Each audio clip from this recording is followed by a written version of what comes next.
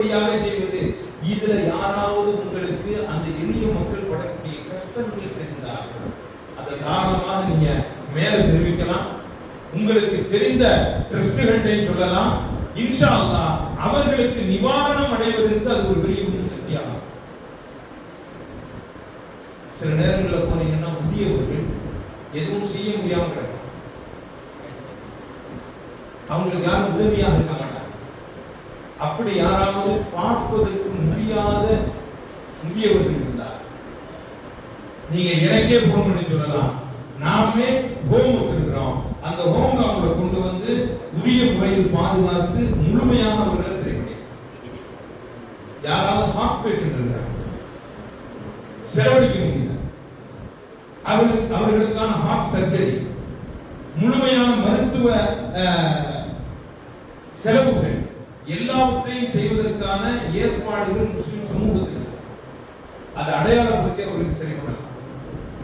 Kidney doctor, கிட்னியை மாற்றுறது, dialysis patient இன்னைக்கு இருக்கிறாங்க, அவங்களால செலவு செய்ய முடியும். அல்லாஹ்வுடைய கிருபையால தமிழகம் முழுவதிலும் ஆயிரக்கணக்கான டயாலிசிஸ் பேஷண்ட் ஃப்ரீயா டயாலிசிஸ் பண்ணிட்டு இருக்காங்க. அதுக்காக வேண்டி முஸ்லிம் அமைப்புகள் தனியாக இயங்கிக் கொண்டிருக்கின்றன. அவைகளை எல்லாம் அடையாளப்படுத்தி நாம் அவர்களுக்கு தேவையானதை செய்யலாம். என்னிடத்துல ஓதிக்கிட்டு இருந்த ஒரு பையன் போன வாரம் திடீர்னு நான் பாக்குறேன், அவனுடைய உடம்பு பூரா ஓதிக்கிட்டு இருந்தார். இப்ப நல்ல நிலையில இருக்கிறாரு. திடீர்னு பாக்குறேன் உடம்பு பூரா மீன் செதில் மாதிரி. என்னப்பா இப்படி வந்து நிக்கிறாரு? அவர் என்ன பார்த்து வரல, அவர் நம்ம ஹாஸ்பிட்டலுக்கு வந்திருந்தாரு. நான் போய் உட்கார்ந்து இருக்கும் பொழுது அவரும் வந்து நிக்கிறார். டயாலிசிஸ் பண்ணிருக்காங்க, அதுதான் உடம்பு டயாலிசிஸ்.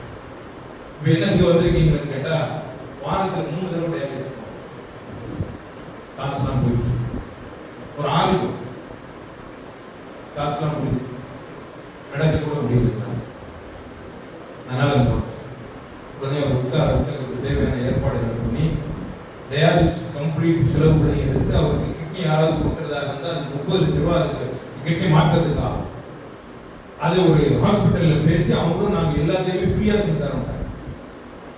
3 தடவை டயாலிசிஸ் இருந்தது. அல்லாஹ் ஒரு பெரிய அற்புதத்தை செஞ்சா. என்ன செஞ்சாங்கன்னா, இப்போ இந்த நேற்று அவர் வந்திருந்தாரு, டாக்டர் சொல்லிட்டாரு இவங்க 2 தடவை செஞ்சா போதும், இவருடைய கிட்னியில இம்ப்ரூவ்மெண்ட் இருக்கு.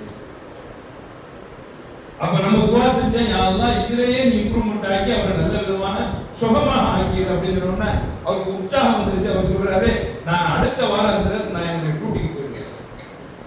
ஒரு உற்சாகம் இல்லை. இன்னொரு ரொம்ப எல்லாருக்கும் தெரிஞ்ச எழுத்தாளர் ஹாஸ்பிட்டல்ல வந்து படுத்திருந்தாரு. என்னன்னு கேட்கும் பொழுது வயிற்றுல ஒரு கேன்சர் கட்டி வந்து அது மேல அழுத்தி லிவர் வந்து தள்ளுது. கையில காசு இல்லை. முதல்ல ஏன் அது தெரியல அந்த கட்டி அப்படின்னா, அவர் கையில காசு இல்லை, வறுமை. அதனால அவரால் எந்த சிகிச்சை செய்ய முடியல.